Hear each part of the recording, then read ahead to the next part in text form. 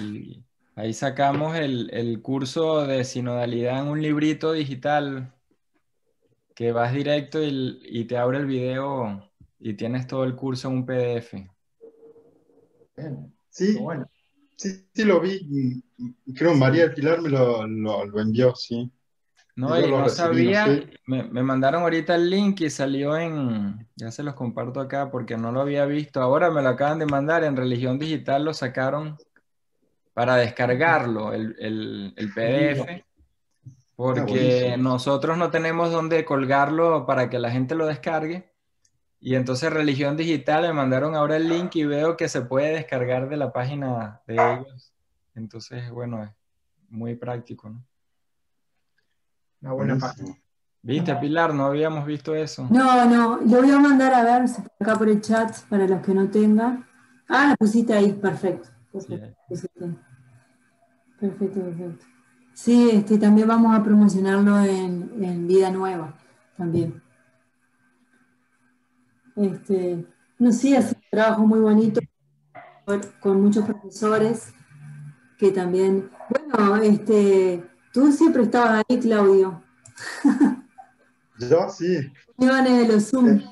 Vamos a Sí, seguir sí. este lunes también porque la gente me empezaba a decir que quería seguir reuniéndose, entonces vamos a reunirnos este lunes. Me dijo María Cristina que va a presentar la parte de su libro que es sobre Adviento justamente en este tiempo. Sí, Y susurro, ¿no? sí, Isabel Corpas también sobre un trabajo que ha hecho de sinodalidad, unas experiencias de talleres con Amerindia. Está buenísimo. Entonces, y Sí, toda la sí. gente que después vamos a darle el libre para la gente que quiera compartir experiencias de este tiempo, que en qué le ha servido el curso, todo eso. O sea, que el espacio está abierto. Así que, Ya lo voy a mandar a los chicos de Ñahui en el grupo para aquellos que quieran también ingresar. buenísimo. Puede ser, ¿no? María Pilar. Sí, claro. Sí, sí, mandá Ah, bien. que ingresen. Sí, sí. Porque el Zoom es abierto. Lo decimos para el grupo, pero todas las personas que quieran ingresar. ¿no? Y ha Bien. sido bonito, ¿no? Porque es más diálogo con todas las personas que ingresan. Esto es un conversatorio, pues, ¿no? Con todos los puntos de vista distintos. Es bien interesante.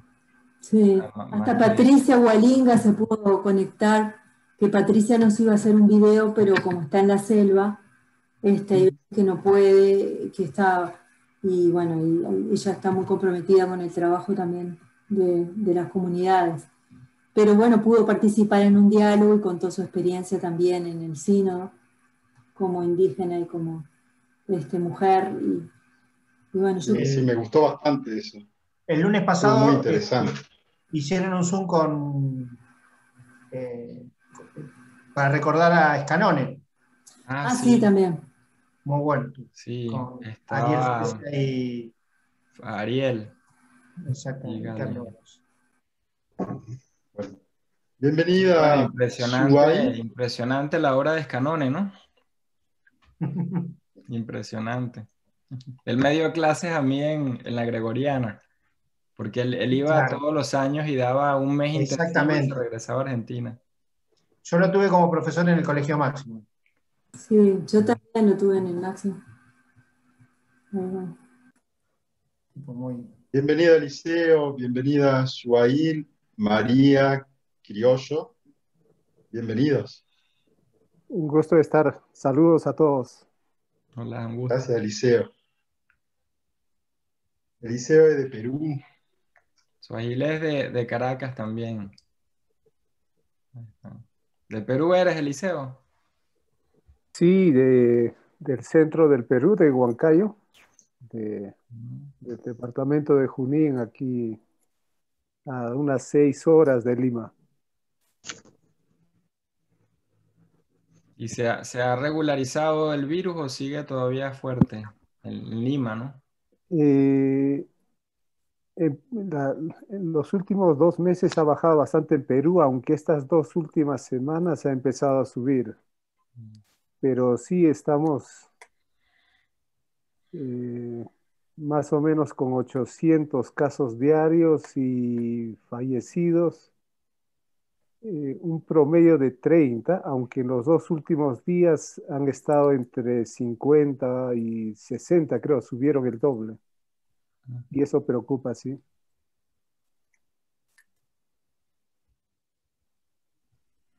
Bueno, parece que las vacunas comienzan poquito a poco a llegar. Vamos a ver qué pasa. Va a tardar un Sí, poquito bueno, para la mayoría va a tardar, ¿no? sí, Hay sus tiempos. tiempos. México publicó ya un calendario, ¿no? Probable para que empieza con los médicos y el personal de salud, luego con personas vulnerables de los 70, 80, creo, y así van bajando Creo que el sector educación también es como prioritario también. Ujú. también. Sí. Bueno, Rafael, comenzamos, Sí. así vamos abriendo el espacio. Te cuento un poco, Rafael, en qué consiste este espacio que le hemos denominado De Vino una charla. Eh, ya hace en el mes de mayo, como te venía contando, con unos amigos, ¿no? Quisimos abrir este espacio un poquito para ir reflexionando aquello que nos estaba dejando la pandemia, ¿no? Y lo que nos estaba despertando también. Y de ahí fue creciendo, como te contaba, con amigos de otras provincias, de otros países vecinos, y también amigos después bien de México y de España. Esto nos despertó la necesidad de tener una identidad a la cual hemos llamado ñahui, que en lengua quechua significa ojos y garganta, en el sentido de vernos y escucharnos y también decirnos las cosas, ¿no? Y este grupo lo que buscaba es una reflexión situada no solamente en un contexto geográfico, sino también situarnos en un contexto de pandemia. Presentando entonces este espacio, le doy la bienvenida a todos y a vos, Rafael, muchas gracias por aceptar estar con nosotros. Rafael Luciani, profesor del Boston College, ¿no? También asesor del CERAM, ¿puede ser así, Rafael? Sí, sí. Y bien, y entonces hoy está con nosotros para dar una perspectiva eclesiológica sobre querida Amazonia, sobre el sínodo de la Amazonía. Bueno, Rafael, este espacio, el de Vino 32, de Vino una charla 32, que por cierto, Rafael, es el último de este ciclo del año, así que estamos cerrando con vos. Así, para nosotros es un gran placer. Bien, Gracias, bienvenido Claudio. Rafael y todo este espacio es tuyo. Vale, un abrazo, muchas gracias a todos y todas. Yo quiero compartir en unos minutos pues algunas de las ideas que pueden llevarnos a un diálogo a partir del sínodo en relación con lo que significan las iglesias locales y las culturas. En América Latina ha sido interesante porque el proceso de recepción del Concilio Vaticano II impulsó la eclesiología de las iglesias locales y eso dio origen a estructuras que hoy en día la más reciente es SEAMA, ¿no? La Conferencia Eclesial para la Amazonía. Y eso no ha sucedido en otras regiones o en otras latitudes de la iglesia a nivel mundial. Y eso marca una manera de ser, una identidad de la iglesia en América Latina que tiene que ver con el modo en que las culturas son asumidas por la forma de ser iglesia, esa relación que se va dando. Entonces voy a ir haciendo referencia a algunos números de la exhortación y en ese marco la reflexión pues irá girando sobre la eclesiología y la enculturación como proceso que se da en el marco pues de la exhortación. Un primer número que es interesante, que es el número 2, nos ubica en el modo como leer todo el proceso del camino sinodal y no solamente la exhortación como un documento aislado. Una de las críticas que se hacen es que si leemos solamente la exhortación, con toda la falla que ésta pueda tener en la dimensión ministerial, se pierde en los primeros números el llamado que hace la misma exhortación a que las iglesias locales sean las que hagan la recepción e impulsen aquello que en el proceso sinodal se pidió. Por eso los números 2, 3 y 4 dice Francisco, lean el documento final, profundicen el documento final y dice, y pónganlo en práctica, es decir, asúmanlo y aplíquenlo. Y en ese número 4, cuando dice aplíquenlo, ahí se nos está dando algo nuevo que no se había visto en lo que se refiere a un sínodo y la exhortación post-sinodal. Porque normalmente el sínodo, antes de Francisco, termina con su documento final y generalmente el Papa luego saca la exhortación post-sinodal y la exhortación se convierte en el único documento que queda para llevar adelante lo que se dijo en el sínodo. Francisco introduce esta novedad y esta novedad luego la formaliza en la Constitución Apostólica Episcopalis Communio. La novedad en qué consiste, en que no rompe la cadena entre el sínodo y la exhortación. Y eso es muchísimo, significa mucho, porque eso implica que la exhortación no es un documento que cierra el proceso sinodal. Y por eso en el número 4 dice, apliquen el documento final. Entonces, en ese marco se habla del camino sinodal y no simplemente de un sínodo con una exhortación. ¿Y por qué este punto es tan importante desde el modo como se puede leer la exhortación? Porque el llamado actual a que las iglesias locales hagan lo que fue pedido en el sínodo todavía está en pendiente. Por ejemplo, el tema ministerial. En el tema ministerial es muy interesante porque el tema ministerial, como todos y todas sabemos, pues el tema, por ejemplo, del diaconado, el tema de los viris probati, el tema de cómo hacer que en una comunidad donde no hay ministros ordenados se pueda celebrar la Eucaristía, y todo ese tema que quedó sin una decisión final de parte de la exhortación, en el documento final se pide, y entonces cuando la exhortación manda a ejecutar el documento final, ¿quién lo ejecuta? ¿Quién lo pide? ¿Quién lo piensa y lo elabora? La iglesia local. Y esto es un punto que tenemos que tener en cuenta y profundizarlo, porque es una eclesiología de las iglesias locales. Ciertamente la vía más fácil es que Francisco en la exhortación postsinodal hubiese aprobado de manera ya formal a nivel del magisterio, pues esa petición de los obispos en el sínodo. Pero cuando envía al documento final, ahora el reto está en las iglesias locales. Yo suelo decir que en América Latina, como tenemos una teología pastoral que ha sido fundamental en toda la manera de ser iglesia y de hacer teología, pero una teología pastoral sin teología de los ministerios. Y eso es una gran deuda que tenemos desde América Latina. Una teología pastoral sin teología de los ministerios significa que tenemos una gran visión en lo social, por ejemplo, una iglesia conectada con los problemas sociales, con los problemas económicos, pero no tenemos una iglesia que piense la ministerialidad propia para cada realidad sociocultural. Y por eso cuando uno estudia ministerios, tiene que recurrir a literatura europea, Alemania, o en Italia, o en España, porque la literatura de ministerios en América Latina básicamente son 1 o 2 teólogos, entre ellos Antonio de Almeida en Brasil, que es el gran teólogo de los ministerios, y luego de él, pues es muy difícil encontrar a un pensador así que haga propuestas de renovación y sobre todo de novedad, cosas nuevas, ¿no?, en los ministerios.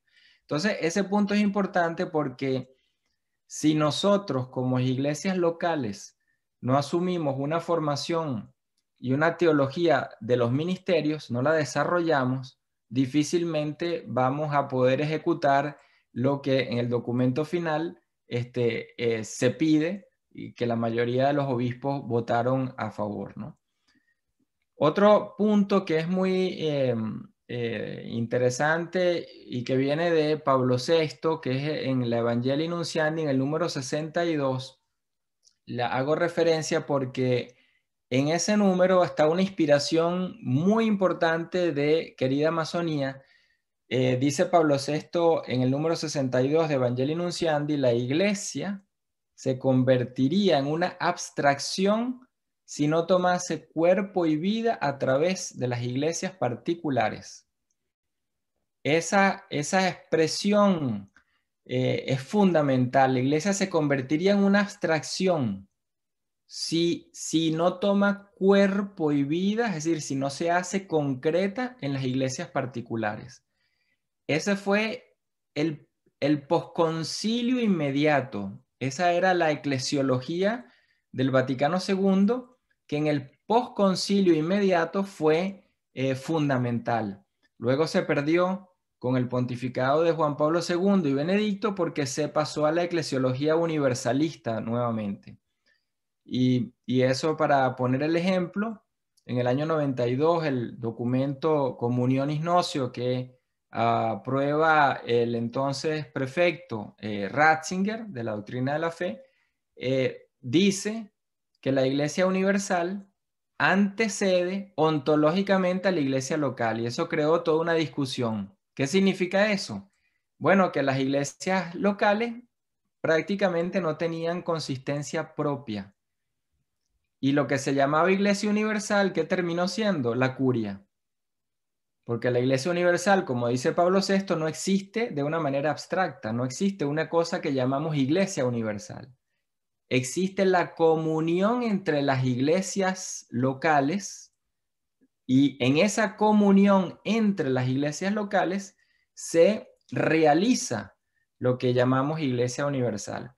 Entonces, este punto de Pablo VI inspira lo que es el modo como en el sínodo para la Amazonía y luego pues en la exhortación se entiende a la eclesiología, una eclesiología de las iglesias particulares en comunión, una comunión de iglesias particulares. Otro tercer elemento que es bien interesante es en Querida Amazonía el número 66. Dice ahí en ese número que la iglesia reconfigura su propia identidad en escucha y diálogo con las personas, las realidades y las historias de su territorio,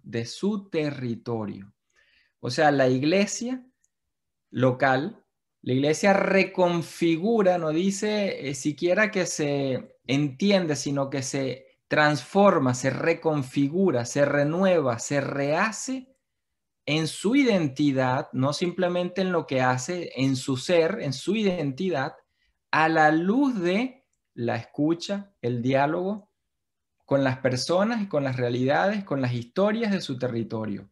Ahí tenemos condensado lo que significa la eclesiología de las iglesias particulares.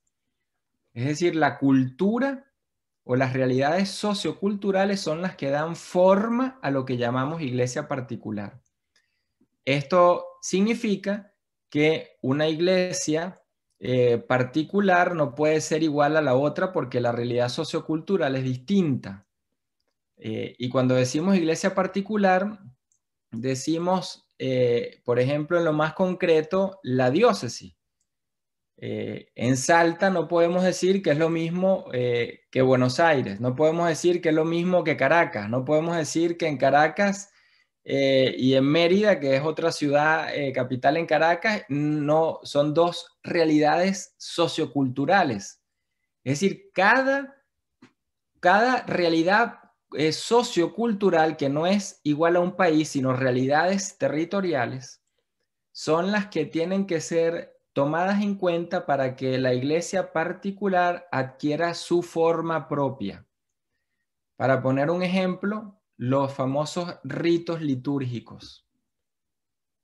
Ahorita solo existe el rito congolés, que el Papa durante el sínodo lo celebró, pero también lo ha recordado recientemente como un ejemplo para que en América Latina también se cree un rito litúrgico para la Amazonía. Y lo que significa eso es que a través de la liturgia también tiene que estar expresada la forma sociocultural de un territorio. Entonces, cuando decimos iglesias particulares, imagínense todo lo que nos falta por hacer. Una teología que responda a esa realidad, un catecismo que responda a esa realidad, una manera de expresar palabras, lenguaje, que responda a esa realidad. ¿Cuántas veces traemos las palabras y el lenguaje de una realidad sociocultural y las llevamos a otra y no se entienden? ¿Cuántas veces agarramos un catecismo que tiene palabras universales y no se encarna? Entonces la iglesia particular se hace solo cuando la realidad sociocultural es la que le da forma. Ese punto en el número 66 de la exhortación es fundamental. Se reconfigura la identidad propia. Y esto es lo que el Papa Juan XXIII, por eso que es tan importante, llamó el principio de la pastoralidad, se llama hoy así, o lo que él lo decía, el carácter pastoral de la doctrina. Hoy se llama el principio de pastoralidad. Este carácter pastoral de la doctrina, que es lo que dio forma a todo el concilio, consistía en entender que no hay una doctrina separada, abstracta, sin conexión con la forma en la que ésta se expresa en cada realidad particular. Si yo confieso Jesús como ser humano, bueno, el modo de ser humano está encarnado en una realidad sociocultural. Entonces no puedo hablar de una humanidad abstracta en la medida en que voy explicando esa misma doctrina, tengo que hacerla concreta en los modos humanos de ser. Entonces Juan 23, con este principio del carácter predominantemente, dice el pastoral de la doctrina, hizo un giro tremendo que nos coloca todavía hoy en día con ese gran reto. ¿Cómo hacer que si la iglesia y todo lo que esto implica, ¿no? La iglesia, la teología, el lenguaje de transmisión de la fe, se reconfigura cada vez en todas las realidades propias y específicas que puedan existir a nivel cultural? Bueno, ahí dejamos abierto un reto que todavía falta no solo muchísimo, sino que es muy poco lo que se ha hecho, que es otra cosa. Muy poco lo que se ha hecho. Y esa es la eclesiología conciliar. Otro de los puntos también interesantes es el número 57 de la exhortación, porque ahí es donde se recoge lo que ya en el instrumento de trabajo, en el documento preparatorio, había sido señalado que la Amazonía es un lugar teológico. Y lugar teológico, esto es una expresión que aparece por vez primera en el Magisterio, reconociendo a una realidad sociocultural como una realidad que es lugar teológico. Eso no había aparecido en un documento pontificio antes de Francisco. ¿Y esto por qué es interesante? La Iglesia en América Latina, ya desde a finales del concilio, cuando el CELAM inicia todo el departamento de misiones, ese fue el departamento más progresista a nivel teológico de lo que era el CELAM. Y en ese departamento se hicieron una serie de encuentros y los encuentros primeros ya hablaban de la realidad territorial como lugar teológico. Y ya decían que la dimensión cultural es lo que da identidad a una estructura eclesial. Entonces, Querida Amazonía recoge esa tradición latinoamericana y cuando reconoce en la Amazonía un lugar teológico, es interesante porque está diciendo que Dios se sigue revelando, o sea que no está cerrada la revelación, sino que hay un proceso continuo a través de una realidad. Y esa realidad específica llama a que la estructura eclesial y la teología tenga que renovarse continuamente. O sea que no hay un momento en el que podamos decir, ya aquí estamos hechos, ya tenemos una teología definida, ya tenemos una estructura eclesial definida. Si es lugar teológico, es una revelación continua. Por tanto, el principio de pastoralidad otra vez.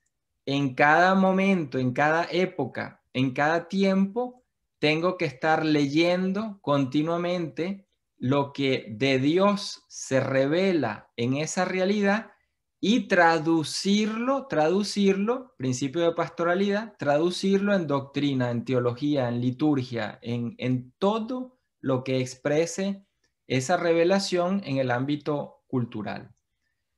En este sentido, pues, el otro de los aspectos que entonces desarrolla Querida Amazonía es que recoge la tradición latinoamericana y la lleva a magisterio universal. Y esto es algo que se dio solo con Pablo VI y ahora con Francisco. Pablo VI, antes de Medellín, impulsa a Medellín con toda la visión del humanismo que proponía pues, desde su pontificado, con aquella famosa frase de Populorum Progressio de condiciones menos a más humanas. Y luego que Medellín asume esa expresión, introduce Medellín el término liberación y Pablo VI en Evangelii Nunciandi, después de Medellín, asume la palabra liberación. O sea, esa circularidad entre un pontificado, la eclesiología, la teología, la vida eclesial latinoamericana, solo se volvió a repetir con Francisco, que como sabemos se dio entre Aparecida, Evangelii Gaudium y lo que desencadena el proceso posterior, ¿no? Entonces, es importante también ver cómo desde Querida Amazonía, América Latina como iglesia fuente, pasa a ser también una iglesia que da a la iglesia universal algo novedoso que no tiene. Y este dato, este hecho es fundamental porque significa que sí tenemos una teología y sí tenemos una eclesiología propia que aporta a la Iglesia Universal y que no es menos que la que se puede hacer en Alemania, en Italia, en cualquier otro ámbito donde se ha desarrollado España, la eclesiología y la teología. El número 85, para ir terminando y dejar luego abierto el diálogo, el número 85 de la exhortación dice que es necesaria una forma encarnada de llevar adelante la organización eclesial. O sea, la organización eclesial. No me está hablando de la estructura simplemente como un modelo, sino de la vida interna, la organización. Y es una forma encarnada. ¿Qué significa esto? Hablamos, por ejemplo, de una curia en una diócesis o la vida en una parroquia. Pongamos estructuras de cualquier tipo que nos imaginemos. La organización eclesial tiene que ver con las formas también de las mentalidades y las formas en las que se puede trabajar en un determinado lugar. En la Amazonía, pues si yo no tengo la posibilidad de movilizarme de manera rápida, tardo horas, pues la organización eclesial está influenciada por esa realidad propia del territorio y por lo que crea eso a nivel cultural, crea unos ritmos de vida distintos. Entonces, cuando se dice forma encarnada de llevar adelante la organización eclesial, quiere decir que en una realidad y en otra, aunque exista la misma forma eclesial, la organización de ella no será igual, no puede ser igual. Entonces, al ser encarnada, a la vez significa que en cada país o en cada ciudad, en cada pueblo, en cada realidad concreta, yo tengo que pensar cómo esa comunidad se expresa de manera distinta, de manera particular, de manera propia. En el caso de las congregaciones religiosas, esto puede ser a nivel de imagen más práctico o más visible. Puedes tener la congregación como desde un espíritu fundacional que le une, que le da sentido en cualquier parte donde se encuentre, pero en cada país y a la vez dentro de cada país, en cada región, tiene que encontrar la manera propia, es decir, encarnada, de expresarse, porque si no es como traer desde afuera una estructura que luego no responde, no conecta con la mentalidad, con la cultura, con la forma de ser en la que está sirviendo. Entonces, por ello, en Querida Amazonía se nos da esta visión, ¿no? Una forma encarnada de cualquier organización eclesial. Y por último, la novedad también de América Latina es que es el continente o región eclesial que ha producido estructuras nuevas, estructuras eclesiales nuevas, cosa que no es fácil. Podemos producir mucha teología nueva, podemos producir muchas formas de ser y de actuar en la iglesia, pero cuando hablamos de estructuras, estamos hablando que detrás de ellas hay toda una visión eclesiológica puesta en práctica. Cuando se crea el CELAM, ¿qué es lo que está detrás? Una eclesiología de las iglesias locales, comunión entre iglesias locales. Actualmente, la última estructura más novedosa es el CEAMA, que es la Conferencia Eclesial para la Amazonía. ¿Y cuál es la diferencia entre cómo se pensó el CELAM y cómo se piensa ahora el CEAMA? Una estructura sinodal. O sea, la conferencia es eclesial, no es una conferencia episcopal, y en cuanto eclesial implica que todos los sujetos eclesiales, obispos, el clero, la vida religiosa, el laicado, todas las participaciones de los sujetos que ahí se encuentran haciendo vida se reconocen por igual en el discernimiento de lo que esa estructura haga y en la toma de decisiones que esa estructura realice según su fin, que en este caso es el fin pastoral de la Conferencia Eclesial para la Amazonía. Entonces, fíjense cómo hay una novedad también, que pasamos de una visión solo colegial entre obispos e iglesias locales, entendida desde esa colegialidad entre las iglesias locales, a una visión sinodal, donde lo episcopal está dentro de la eclesiología del pueblo de Dios como un sujeto más. No está por encima, está como un sujeto más. Entonces, esto es un camino que se abre otra vez. No es una estructura perfecta, es una estructura que da paso a una sinodalización primera de la vida eclesial. Falta muchísimo, por supuesto, pero es un paso que se da desde América Latina que no podemos minusvalorar, ¿no? Tiene un peso importante en el contexto de la Iglesia ahorita universal, porque es la primera estructura que tiene esta visión sinodal en su organización interna. Bien, esto es un poco, pues, algunos números que en la visión eclesiológica de la exhortación y el proceso sinodal que quería destacar para abrir el diálogo, que es lo más rico, donde pueden salir más cosas del camino sinodal, no solamente de la exhortación, ¿no?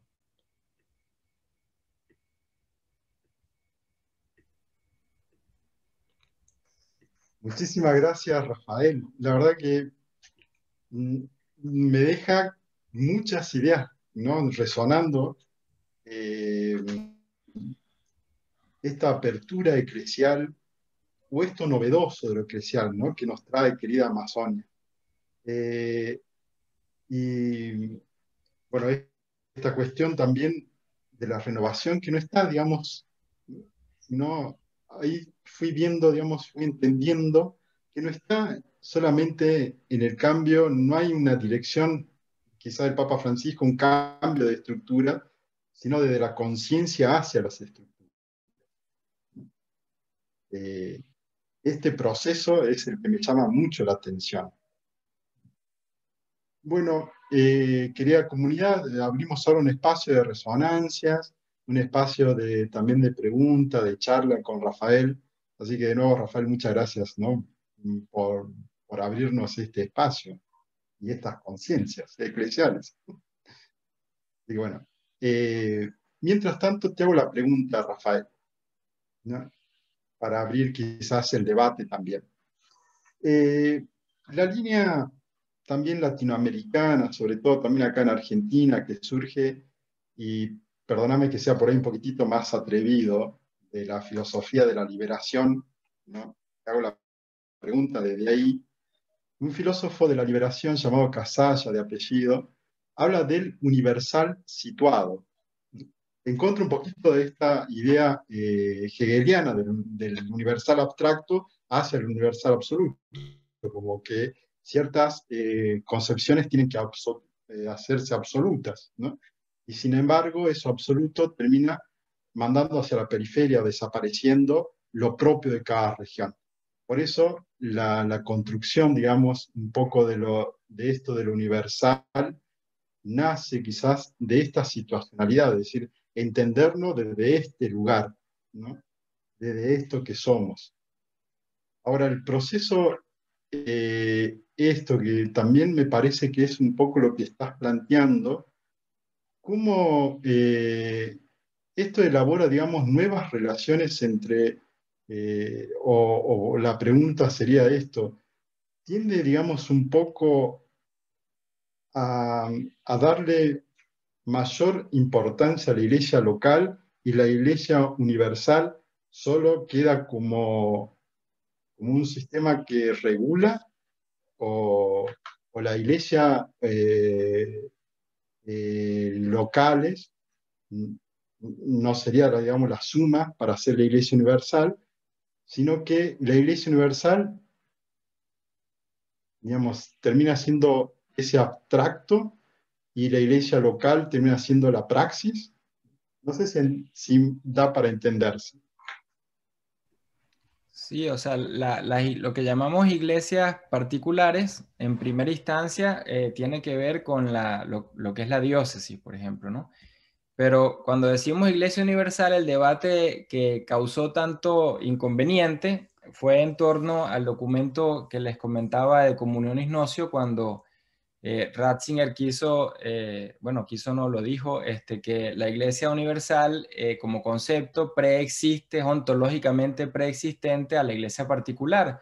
Y eso que luego Casper le contesta y viene la discusión, en el fondo lo que hizo fue como que anular, ¿no? El valor precisamente normativo, teológico, sociocultural, que es lo que da identidad a lo que llamamos iglesias particulares. Entonces, si la iglesia universal existe sola, es la curia la que representaría porque no existe en otra realidad como tal. Entonces, la comunión de las iglesias particulares con y bajo el Pedro, es decir, por decir la figura, pues el pontificado, es lo que da pie a esa noción de iglesia universal. Ahora, en la sinodalidad, y esto es el reto, si la comunión de las iglesias locales no es solo bajo Pedro, sino que tiene que darse el paso, que es el proceso que debería llevar una reforma sinodal, de con, es decir, con significa que la iglesia particular no está por debajo en su autoridad doctrinal, por ejemplo.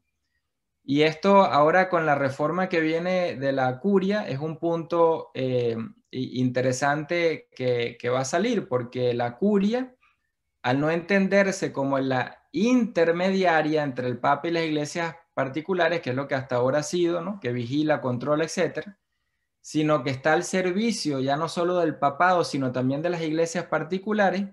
En la Reforma se pide que las iglesias particulares desarrollen sus propias doctrinas. O sea, volvemos precisamente a esa concepción que Pablo VI decía, que una iglesia universal, abstracta, no existe. Como dice en la Evangelii Nunciandi, que citaba, existe solo en la concreción de las iglesias particulares. Entonces, cuando refieres a lo concreto, ese concepto que precisamente universal concreto, y von Balthasar con toda su visión conservadora lo usa mucho, por ejemplo, tiene que ver con que lo concreto en este caso es lo que hace la realidad, donde subsiste la realidad universal, o sea, no existe en otro lado, existe de esa forma situada. Ponía el ejemplo, y por eso es que nos falta tanto en esta eclesiología local. Iglesia local no es igual a iglesia nación. O sea, y ahí estamos otra vez en ese esquema de que hay una supraestructura y luego vienen las cosas pequeñitas por ahí, ¿no? Venezuela, el Estado-nación, que es lo que dio pie a las conferencias episcopales como modelo, hoy en día eso está en transición o en transformación, y eso es el SEAMA, por ejemplo, la conferencia eclesial. Ya no se trata de pensar una conferencia episcopal igual a un país, cuando yo en un país tengo 5, 6, 8 realidades socioculturales completamente distintas. Entonces, por eso el reto es cómo ahora pensar que en cada realidad sociocultural tengo que hacer identidad eclesial propia, es decir, teología, doctrina, por tanto, liturgia. Esa descentralización no significa el anular la comunión, no, todo lo contrario.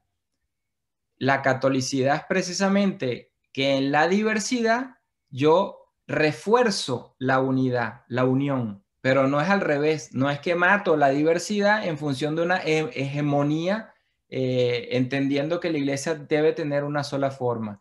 Otra expresión que aparece novedosa en Querida Amazonía, que del documento final fue una expresión que causó conflicto, porque es la primera vez que aparece en el magisterio, cuando la asume Francisco, es que no podemos colonizar, o sea, culturalmente, en el modo de buscar la identidad y de construir la identidad de la iglesia en un lugar. Y esa expresión es muy fuerte, nunca había aparecido en el magisterio pontificio de esa manera. Entonces, por eso Francisco dice hay una alusión que no está citado Rahner, pero es lo que Rahner siempre, después del concilio, dijo: el cristianismo no puede ser monocultural. Si hemos pasado a una iglesia mundial, significa una iglesia en una diversidad sociocultural. Entonces, estamos como en ese punto en el que hemos dado un pasito hacia una iglesia más que reconoce más la diversidad sociocultural, pero a la vez se resiste a que esa realidad diversa socioculturalmente encuentre formas concretas, identidades eclesiales concretas. Por eso colocaba que en América Latina es la única región que ha dado dos estructuras continentales nuevas, el CELAM y ahora el SEAMA, como estructuras continentales, pero como estructuras locales todavía no ha dado. ¿Por qué no tiene una teología de los ministerios propia América Latina? Y esto es algo que hay que desarrollarlo. ¿Por qué Alemania tiene una teología ministerial fuerte y está desarrollando todo este proceso que estamos siguiendo, el camino sinodal? Porque América Latina en su teología pastoral no terminamos de hacer un desarrollo de una teología ministerial dentro de la teología pastoral. Y eso fue uno de los puntos de quiebre en el sínodo. Porque lo vimos, cuando venía un teólogo europeo o cuando venía un obispo europeo, que tenía más formación en ministerialidad y venía un obispo latinoamericano o un teólogo latinoamericano con poca formación en ministerialidad, pues el desbalance era de tal manera que el conservador se aprovechaba del progresista que no tenía una teología ministerial elaborada, ¿no? Entonces iban a participar con Serena Nochetti, que la conocen muchos de ustedes, iban a los obispos a pedir consulta. ¿Y qué significa esto? ¿Y qué es el diaconado? ¿Y qué? O sea, entonces, ese desbalance tiene también que ver con una falta en nuestra formación, en los pensa que existen, en la elaboración de producción teológica de la ministerialidad. Y es que la ministerialidad expresa, tiene que ver con autoridad normativa, teológica, sociocultural, o sea, expresa en una realidad esos elementos concretos. Entonces yo creo que hay un problema para que eso concreto se haga. Tenemos también que desarrollar esa teología de los ministerios que nos falta. La buena noticia es que en la reestructuración del CELAN, ese punto de los ministerios está siendo confiado para que se desarrolle por primera vez de manera oficial entre los equipos teológicos del CELAN y la CLAR, y eso va a ser un paso al menos importante, o sea, en cuanto que abre la discusión, pues, ¿no?, de los ministerios en América Latina. O sea, que creo que ahí hay que ponerle el ojo, pues, ¿no?, en esa teología ministerial de las iglesias locales. Gracias, Rafael. Que se hace como un gran proyecto, ¿no? Y por ahí medio, en algunas situaciones, medio difícil de concretar. Pero Y mucha creo que ahí resistencia. está el espíritu de la esperanza. Así que Rafael, Enrique había pedido la palabra. Enrique. Sí, ¿me escuchan? Sí, sí, perfecto. ¿Se escucha? Bien. Gracias, Rafael, por lo que nos impulsás a reflexionar, a pensar. Y a mí me quedaban por ahí dos cuestiones. Vos hablabas que en el número 85, Francisco habla de esta forma encarnada de la organización eclesial, ¿no? Y cuando lo ibas desarrollando al punto, pensaba, sería, no sé si lo mismo, pero el modelo en el que está pensando quizás Francisco este punto no tiene que ver con la inculturación y cómo de alguna manera los jesuitas, cuando vinieron a América, se fueron inculturando con los pueblos originarios de acá para organizar, entre comillas, las distintas... bueno, en Chile hicieron un modelo de misión, pero en la zona de lo que acá llamamos todo el norte argentino, el noreste argentino, el sur de Brasil y Paraguay, fue una forma particular de inculturarse con esas culturas. Entonces, y la organización que tuvieron, esa organización eclesial, tuvo que ver más con el modelo en cómo estaban viviendo los pueblos originarios que con la misma, y desde ahí sacaron una organización eclesial. Digo, como primera pregunta. Y después, como segunda pregunta, a mí lo que siempre me queda dando vuelta cuando se habla de ministerios, cuando se habla de lo sinodal, es que de alguna manera siempre estamos dialogando entre los que están.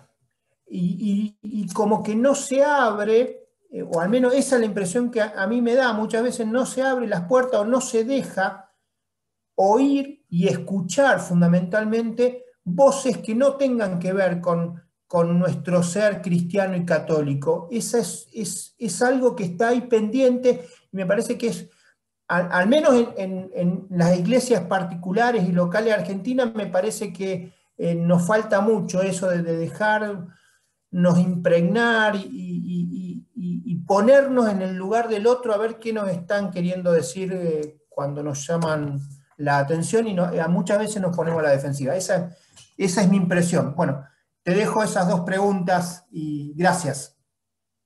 Gracias, Enríquez. Yo, de la primera, lo que más cercano es a Francisco, aparte de la visión que tiene de Arrupe, del término inculturación, que es un neologismo que usa Arrupe en aquella carta famosa que envía a los jesuitas, pero la otra fuente que es del concilio y que inspira más a querida Amazonía es a Gentes cuando habla de que hay un proceso hasta que se llega al final a constituir a la comunidad ya cristiana formalizada o a la iglesia particular ya realizada, ¿no? Y el primer proceso es simplemente estar, la vida del testimonio, ir tejiendo esa comunidad hasta llegar al final a una iglesia particular con ministerialidad, etcétera, etcétera, ¿no? O sea, yo creo, ahí está un proceso que es lo que tiene que ver, al menos en la exhortación, con el modo como entiende el proceso de inculturación. O sea, que no es, y aquí hay un cambio interesante que ahí sí tiene que ver la visión de Arrupe. No es que yo voy a la cultura y me meto en la cultura. Es al revés, es que desde la cultura hago una génesis y yo soy transformado por la cultura. Para poner el ejemplo en lo que acaba de salir cuando Francisco explica el por qué no incluyó directamente en la exhortación el tema de los viri probati, hay que ver dos cosas, ¿no? Lo que al inicio decía la hermenéutica de la exhortación que envía a que se aplique el documento final donde sí está. O sea que las iglesias locales por el derecho canónico tienen toda la posibilidad de hacer la solicitud para que se pueda tener a un ministro probado, ordenado en una comunidad. En ese sentido está abierta la puerta. Pero el segundo elemento, él acaba de decir en este libro de tipo comentario, ¿no? Que le publicó Austin Ibray, que la distribución del clero tenía que repensarse. Y eso sí es una involución, porque eso es volver al esquema anterior a Gentes. O sea, yo mando misioneros a una realidad cultural distinta, mando una gente de un país, de una cultura, a otro país, a otra cultura. Cuando lo que se propuso en el sínodo es la visión de Gentes, o sea, desde la cultura se va haciendo una asunción de esa propia realidad que va transformando a los sujetos hasta llegar al final a la iglesia, a la constitución de una iglesia particular. Entonces, por eso allá hay un mensaje que hay que analizarlo con calma porque puede ser contradictorio, ¿no? Entonces, no es ir, no es llevar, y menos aún meterme dentro y hacer un híbrido entre lo que yo llevo y lo que encuentro.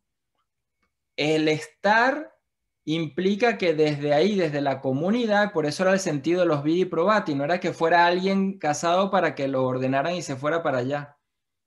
Es que alguien de la propia cultura asuma el liderazgo dentro de esa cultura a nivel ministerial, pero no que se envíe a alguien para que se ordene para allá. O sea, son modelos distintos, a eso me refiero de lo que puede ser inculturación, ¿no?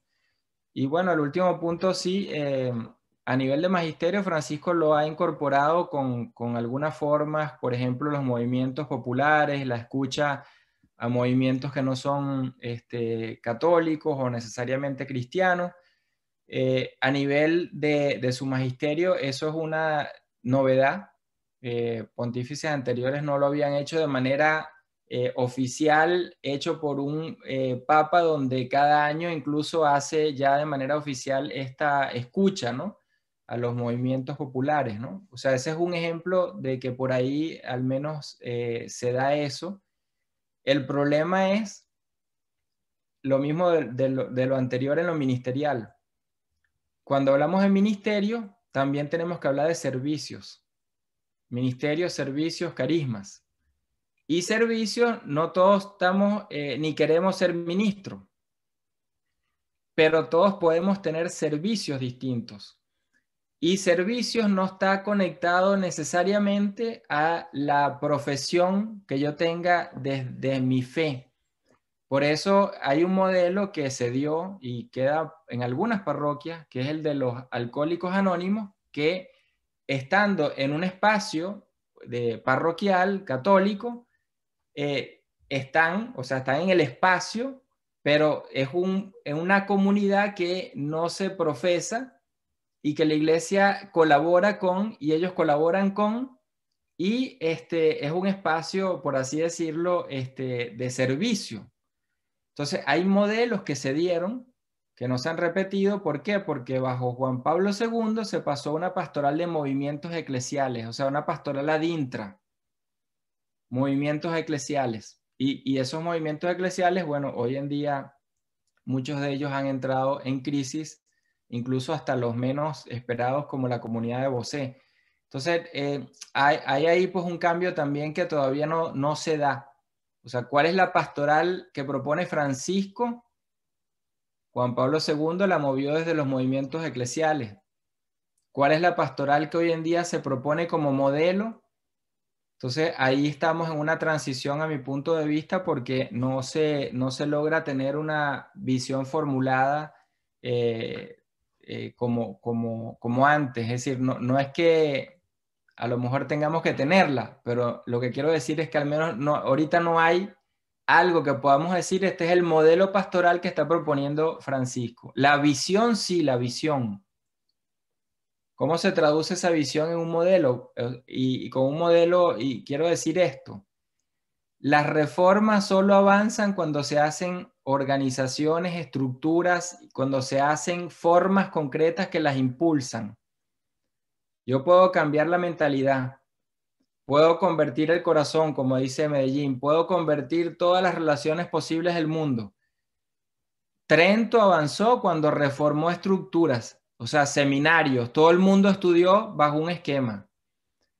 Juan Pablo II, cuando impuso el modelo de movimientos eclesiales laicales y empezaron a surgir cantidad de movimientos, pero con una línea bastante común. Entonces, ¿cuál es la propuesta hoy en día? Y una que sí estamos viendo es ese diálogo con actores no eclesiales como los movimientos populares, por ejemplo, ¿no? Pero bueno, ahí hay un tema que queda por pensar, pues ciertamente porque no está hecho completamente bajo este pontificado, ¿no? O sea, ¿qué modelos pastorales hoy en día? Y la pandemia nos puso más en crisis porque terminó de decirnos que el modelo parroquial tridentino ya no responde, porque está basado solo en sacramentalización. Como no tenemos modelos pastorales nuevos, estamos en el aire. O sea, la iglesia institucional no supo responder. Y lo que América Latina tuvo, las comunidades en torno a la palabra, las comunidades de base, las comunidades eclesiales, bueno, desaparecieron. Es una minoría. Entonces, entramos en un vacío de modelos, una crisis de respuesta institucional. Bueno, ¿cuál es la propuesta ahora? Porque no podemos regresar al modelo tridentino, ¿no? De parroquia, de seminario, que es lo que está en crisis, ¿no?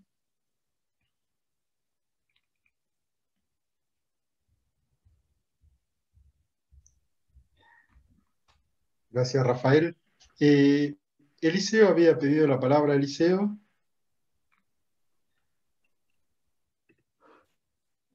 Me gustó la apertura, bueno, de este paso que está dando la Iglesia Católica, especialmente en América Latina. Sin embargo, hay algunas preocupaciones que tú también ya lo has estado mencionando. Y en esta última respuesta un poco también lo aludiste, ¿no? O sea, por ejemplo, buscamos generar un movimiento más que tienda hacia las estructuras o un movimiento que tenga otro carácter, porque las estructuras en un contexto postmoderno o incluso postcristiano, algunos llaman así, eh, no sería contraproducente. Bueno, esa es una primera reacción un poco a lo que vas exponiendo. La otra cosa que está en relación es si Trento, Vaticano I, y aludiste también a Juan Pablo II, pusieron ese énfasis que yo llamaría más de un orden clerical. ¿Hacia dónde debería moverse, en tu opinión, la iglesia? Si el sentido parroquial ya no funciona o está en una crisis, ¿cómo trabajar? Eso un poco añadiendo ahí. Y algo que me llamó la atención un poco, bueno, quien habla soy protestante, me interesa el catolicismo y siempre estoy en esta relación fraterna más en el lado de la historia, ¿no? Estuve con Seila participando por buen tiempo. Pero eh, entendiendo al movimiento carismático que puso mucho énfasis en los ministerios, entendiendo Vaticano II que desarrolló, impulsó varios modelos de pastoral, ¿no sería más bien a la inversa que América Latina tiene cierta teología ya elaborada en función a los ministerios que no ha sido valorada? Son algunas preguntas desde fuera, ¿no? Gracias. Yo creo que el modelo es ya lo decía Rahner, incluso Ratzinger lo decía antes del concilio y después cambió, pero el modelo hacia donde al menos estamos yendo por la vía de la praxis es comunidades pequeñas, comunidades ambientales. Yo estoy teniendo la experiencia de cómo los laicos y laicas se organizan sin el cura en una parroquia para reencontrarse a través de estos espacios virtuales y leer la palabra y compartir y orar, y no es a través del cura en la parroquia con la vía sacramental tradicional. Entonces se ha venido generando un proceso que lo que me recuerda a mí es ese llamado a comunidades ambientales pequeñas en torno a la palabra, y que en América Latina fueron un modelo de lectura de la palabra, era el otro pilar de la propuesta latinoamericana. Entonces, Carlos Mester, por ejemplo, ¿no? Y eso se fue perdiendo. Y yo creo que hacia allá o avanzamos o la iglesia se quedará reducida, pero no por construcción de comunidades pequeñas, sino simplemente porque la gente ya no responde como institución a la realidad sociocultural de las personas actualmente. Es decir, frente a lo que tú dices es muy interesante de las estructuras. Yo voy en la línea del teólogo Congar, que dice estructuras y mentalidades tienen que ir a la par, ¿no? Pero lo que dice de las estructuras es muy importante porque hoy en día los jóvenes, por ejemplo, en mi experiencia con los jóvenes, no quieren, como todos sabemos, instituciones fijas o estructuras fijas. Trabajan más a nivel de redes, por ejemplo. Las comunidades ambientales pequeñas son comunidades que se unen como un red. Medellín llamaba a las comunidades eclesiales, decía que la parroquia tenía que tener esa red de comunidades, ¿no?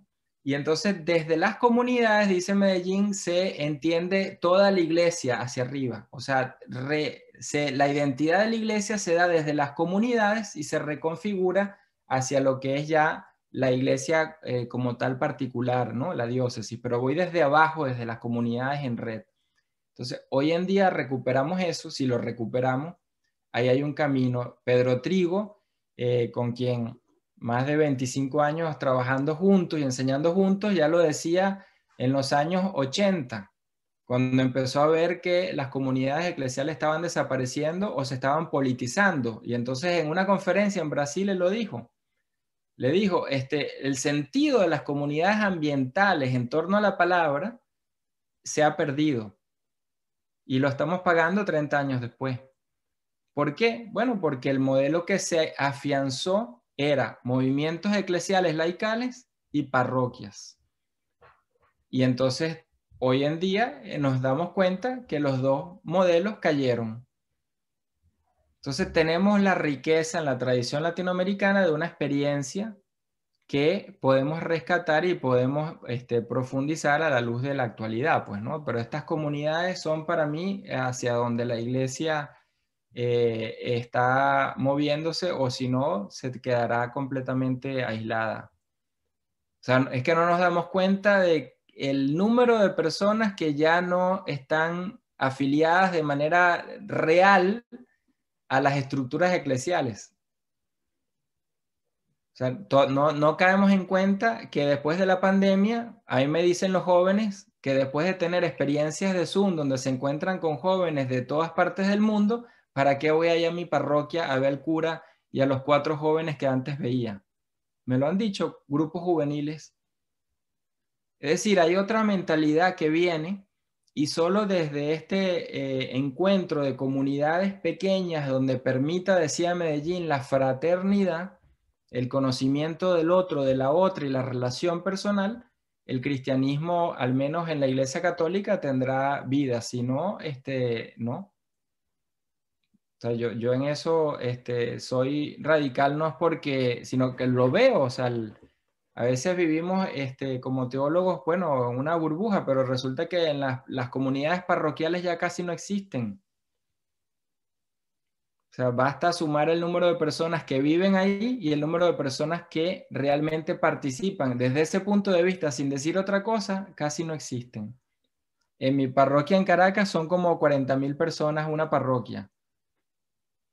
Las misas están full. Ah, bueno, sí. ¿Cuántos caben en una misa? 200, 300 personas. De 40.000 personas. Si lo veo desde el punto de vista solo de esa sacramentalización, las parroquias ya no cumplen con esa misión. Entonces tenemos que buscar un modelo que responda, o nos quedaremos cada vez más atrás, pues, ¿no? Como institución.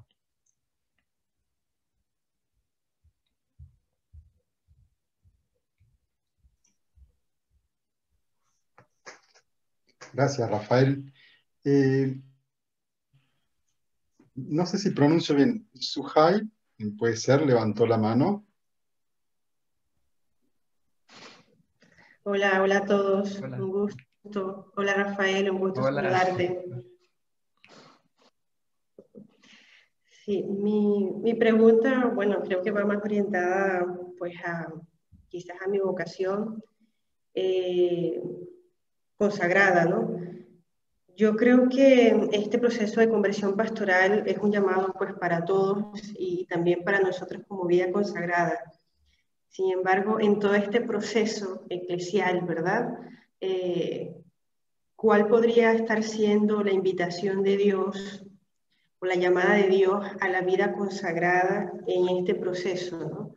Y sobre todo, pues a través de esto que se nos propone desde este camino sinodal y desde este documento del Papa, de mi querida Amazonía, y bueno, todo esto. Entonces, es un poquito también, ¿cuáles podrían ser los caminos o las pautas o los criterios de discernimiento para saber nuestro proceder también como vida consagrada en todo este proceso? Porque si las parroquias, ¿verdad?, ya son estructuras que no responden a nuestra realidad, ¿cómo también evaluar las propias estructuras de vida consagrada, ¿no? Los institutos religiosos, cuáles están siendo también, cómo también ir discerniendo esas estructuras y cómo meternos también en esta misma dinámica que el Papa nos está proponiendo. Sí. Bueno, ahora precisamente la clave está en este proceso que se llama de resignificación, y es interesante porque, bueno, una de las cosas cuando me tocó a mí una vez hablar es cómo pensar el laicado en relación con la vida religiosa. Que no sea de una manera funcional, es decir, pongo al laico o a la laica cuando no tengo a un religioso o a una religiosa que pueda estar en ese cargo, ¿no? En el caso de los colegios, por ejemplo.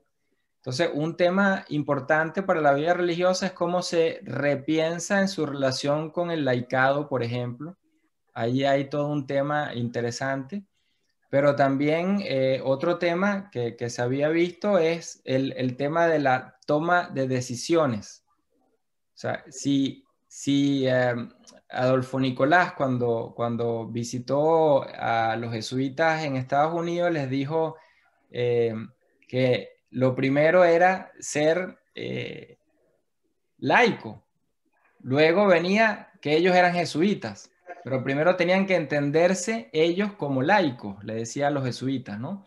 Y lo que quería decir es que no es que yo soy una congregación que trabajo con los laicos o a veces hago cosas con los laicos, sino cómo la congregación se entiende en esa comunidad en la que el laicado y la vida religiosa están discerniendo juntos, tomando decisiones juntos, ejecutando decisiones juntos, porque al final la vida religiosa está al servicio de, no está al servicio de sí mismo, sino de la realidad social, de la realidad del otro, etcétera, ¿no? Entonces hay como muchos temas que hoy en día en la vida religiosa, a través del proceso de resignificación de la CLAR, que es nuevo, van a ir saliendo, ¿no? Y después lo último que yo diría es que qué modelos propone la vida religiosa como alternativos, y no quiere decir que se sustituyan los modelos diocesanos. Lo que estoy diciendo es qué modelos alternativos existen actualmente. Bueno, en el caso de ustedes son una casa de ejercicios espirituales y en la pandemia no pueden tener personas. Y se han resignificado porque han tenido que trasladarse virtualmente en todo lo que hacen. Entonces, hay una realidad en la que necesariamente te lleva a cambiar, pero entonces esto nos debería llevar a pensar modelos más estables que no dependan ya de la pandemia, porque cuando salgamos de la pandemia no vamos a ir para atrás. ¿Qué hemos aprendido de estos procesos nuevos que podemos recuperar y rescatar? Porque ahorita hay más relación con personas de lo que había antes en las comunidades religiosas, a través de la vía virtual. Y eso es algo interesante que no lo podemos descartar. O sea, ahorita las estructuras eclesiales tienen a nivel pastoral más relación con personas de lo que antes tenían. Ahora, ¿qué hacemos con eso? ¿Cómo lo traducimos en modelos estables? ¿Cómo lo convertimos en formas pastorales que no sean solo durante la pandemia y a través del Zoom? Ahí es donde tenemos que discernir juntos qué hacer y cómo hacer con este reto, ¿no? Pero a mí me impresiona eso. Tenemos más contacto con las personas que antes, a pesar de que estamos aislados. Y eso es un dato para pensarlo pastoralmente.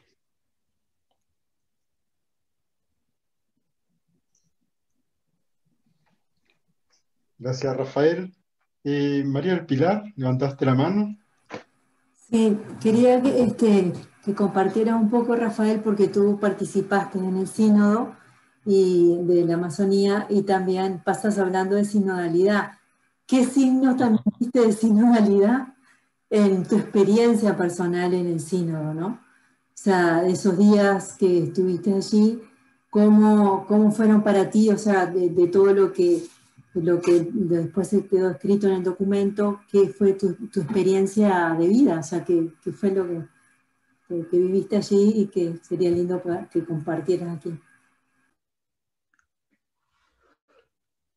No, bueno, yo recojo unas palabras que dijo Baltasar Porras, el cardenal de Caracas, que las dijo en el video de iniciando el curso de sinodalidad, porque las palabras me resonaron mucho y expresan de verdad lo que se vivió en ese sínodo, pero también lo que significa ahorita un sínodo en comparación con hace 20 años, ¿no? Y él decía que él, que ha participado en todas las conferencias generales del episcopado latinoamericano y en todos los sínodos, no había podido sentirse que hablaba tan libremente como en este sínodo con Francisco. Lo dice un cardenal que ha participado en todos los sínodos y en las conferencias generales del episcopado latinoamericano, cosa que entonces muestra, al menos lo que yo vi, o sea, el poder hablar con libertad, aunque después, bueno, pasara lo que pasara, pero el poder expresarse con esa libertad en un ambiente donde el clericalismo, el machismo es lo que predomina, el patriarcalismo, todos los ismos que hacen daño predominan en esos ambientes. Y que ahí se pueda llegar a expresar a alguien de una manera libre a pesar de eso, ha sido realmente un cambio bien importante. Y la otra experiencia que la vivimos Serena y yo es que, bueno, iban a pedir consejo un obispo, explícame qué significa esto teológicamente. Es decir, eso no es normal en un modelo clerical donde está demostrado que por lo general los obispos, los estudios que hay ahora sobre clericalismo, no piden consejos porque sienten que pierden autoridad. O sea, es un problema de autoridad. Y en este caso, lo que se veía allá era precisamente más como la búsqueda de saber, de conocer, de tener como más claridad, y eso se dio, pues, ¿no? Y después lo otro fue que había, bueno, laicado, vida religiosa, había, no era solamente los obispos, ¿no? Aunque los obispos ciertamente son los que votan, pero el proceso de construcción de la reflexión incluía a todos, tanto que, y esto es una novedad, el Papa, que no puede participar en un sínodo, participó del sínodo. O sea, de la institución del sínodo, el Papa no puede participar porque se suponía en pontificados anteriores que si lo hace está influenciando su propia visión. Al participar y se ubica como uno más y dice, soy un padre sinodal más, o sea, no vengo como el Papa, y daba sus comentarios o aplaudía a veces cuando le gustaba algo, aplaudía, porque si no aplaudía, imagino que no le habrá gustado o no estaría tan en sintonía con, pero uno lo veía que aplaudía. Entonces quiere decir que hay cambios que se van viendo en ambientes donde hay mucha resistencia.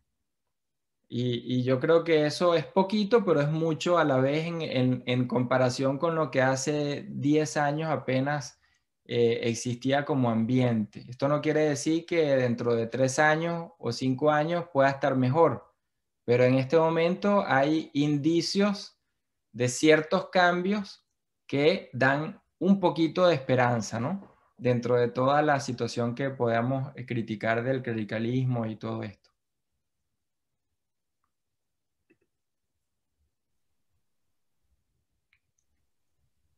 Gracias, Rafael.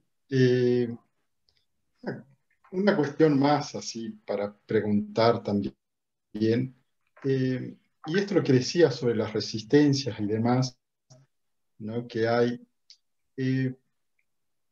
Algunos llaman que querida Amazonia y sobre todo el SEAM es como un laboratorio eclesial, ¿no? A mí no me gusta mucho esa expresión. Sí me gusta pensarlo como lo planteabas vos, ¿no? Como una realidad ya concreta y que una realidad, y en esto va también una cuestión así de soñar también, como el SEAM, ¿pensás que se abrirán nuevos organismos, no solo en Latinoamérica, sino en todo el mundo, podemos decir, parecido al SEAM? Ahorita hay tres, a mi modo de ver, hay tres iglesias que están moviendo los grandes temas, ¿no? Y dependerá mucho de esas tres realidades lo que venga, ¿no? La iglesia australiana, con todo el reporte no solo que hizo, sino con lo que acaba recientemente de hacer del concilio, que están, o sea, ahí viene toda una posibilidad de que surja algo de reformas interesantes, no se sabe, pero al menos está ahí, ¿no? Y la alemana con el camino sinodal, que aunque no es vinculante, pero es un proceso que empodera a las personas y pone temas que necesariamente van a salir y a la luz pública y tienen que ser discutidos, aunque la iglesia institucional luego los vincule o no se vincule a ellos, ¿no?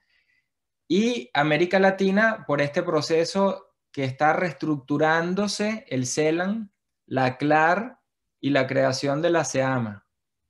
Entonces hay tres, al menos estos tres ámbitos eclesiales que están moviendo, se están moviendo hacia una dirección donde se busca algo distinto, ¿no? Eso no quiere decir que vaya a darse una reforma grande, no, pero hay tres ámbitos que hay que poner el ojo ahí, ¿no? Entonces yo creo que sí hay. La sinodalidad, al menos en estos tres ámbitos, ha penetrado en ciertas mentalidades, ¿no? Ahora está el otro problema. El otro día discutíamos un estudio y lo primero que te dicen los obispos es que yo no sé qué es sinodalidad. Y en 2 años tenemos un sínodo sobre la sinodalidad. Entonces, ¿cómo formamos para la sinodalidad para poder dar una opinión sobre la sinodalidad? Porque los obispos en su mayoría no están formados en lo que es la sinodalidad. Por ejemplo, en las diócesis, los consejos diocesanos pastorales es una figura que está ahí en el Código de Derecho, pero como no es vinculante, muchos obispos no la activan. Y esa es una figura donde el laicado y todos los que hacen vida en la diócesis discuten, disciernen y pueden, participando el obispo, puede entonces tomar el obispo una decisión, pero habiendo pasado por un proceso donde están todos los sujetos eclesiales. Pero yo le pregunto a veces a un arzobispo y me dice, no, ¿y para qué? Yo tengo el consejo económico, ahí están los laicos, ¿para qué voy a tenerle pastoral? Yo hablo con los curas, hablo con los laicos y vamos haciendo las cosas.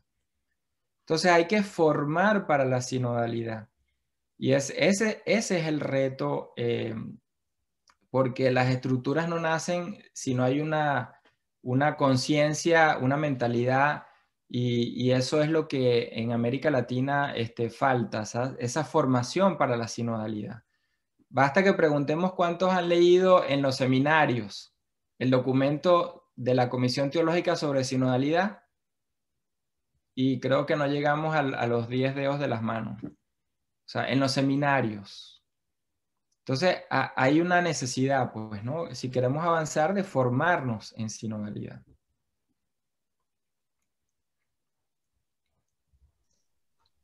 Muchas gracias, Rafael.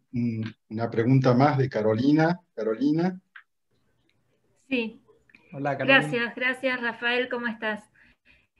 Disculpa, yo no pude ingresar a tiempo, pero te quería consultar, así que no sé, no tengo claro si esto ya lo has desarrollado, pero en vistas al tema de las estructuras, algo dijiste recién en el último comentario, que, digamos, el derecho canónico tiene una alta incidencia. Entonces, ¿qué mecanismos para la transformación próxima, si el próximo sínodo de sinodalidad se está pensando un poco vinculado en una transformación del código? Bueno, ese tema, derecho canónico, iglesia local, autoridades y discernimientos, ahí pareciera que hay algo que para destrabar también como estructura, ¿no? En este caso como la ley como estructura. Sí, a mí me gusta mucho la canonista Miriam Viglens, y ella tiene un artículo en el libro reciente que sacamos sobre reforma de las estructuras y conversión de las mentalidades que hicimos del Congreso de Caracas, y ella escribe sobre los viri probati, pero lo interesante es que ella dice en muchos de sus artículos, y ahí lo repite, hay elementos en el código que al articularlos pueden llevar a peticiones de cosas que estamos pidiendo hoy en día. Pero falta la mentalidad, primero, de querer hacerlo y el conocimiento de que se puede hacer, ¿no? Entonces, hay ciertamente algunos elementos. Y ciertamente hay elementos que no están en el código, y yo no veo que el sínodo que venga vaya a tocar el código, ni el pontificado de Francisco va a tocar el código. Y claro, ahí sí hay que entonces avanzar en qué haría falta en el código que sea reformado para poder implementar lo que dices, ¿no? Los temas de discernimiento y decisiones en la iglesia, por ejemplo. pero también hay cosas en el código, como este Consejo Diocesano Pastoral, que es que casi nadie los pone en práctica, y cuando los ponen es como un adorno, pues, ¿no? Pero no funcionan como deben ser. Fíjense que el consejo parroquial dice que tiene que haber un representante de la realidad socioeconómica de la parroquia. No me está diciendo en el caso de los católicos, a un católico pobre, me está diciendo a un sujeto que sea pobre, independientemente de su fe.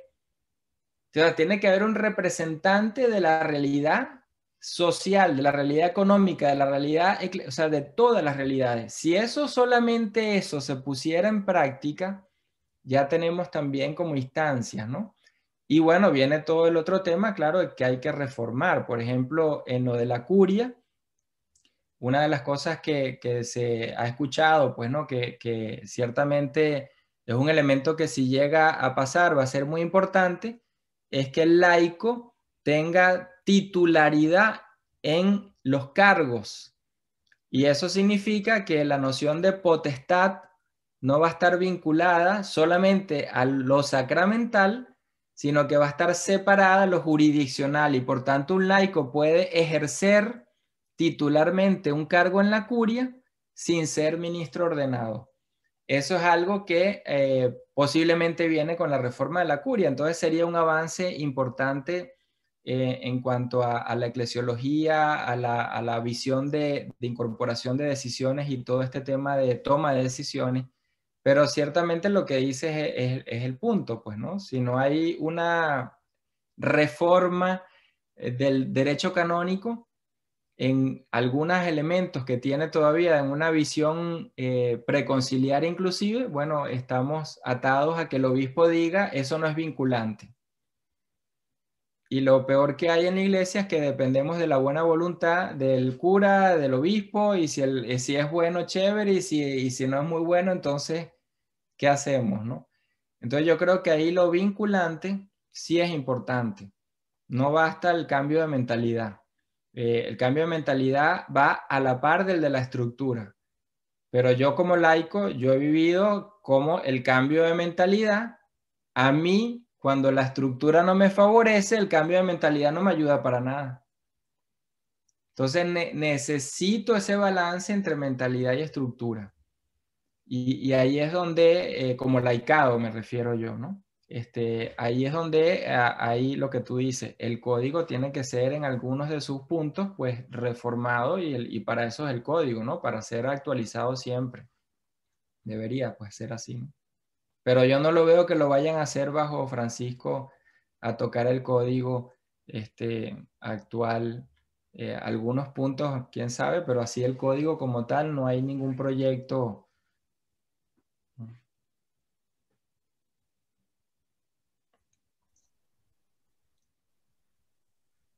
Rafael, este ciclo se llama De Vino, una charla, ¿no?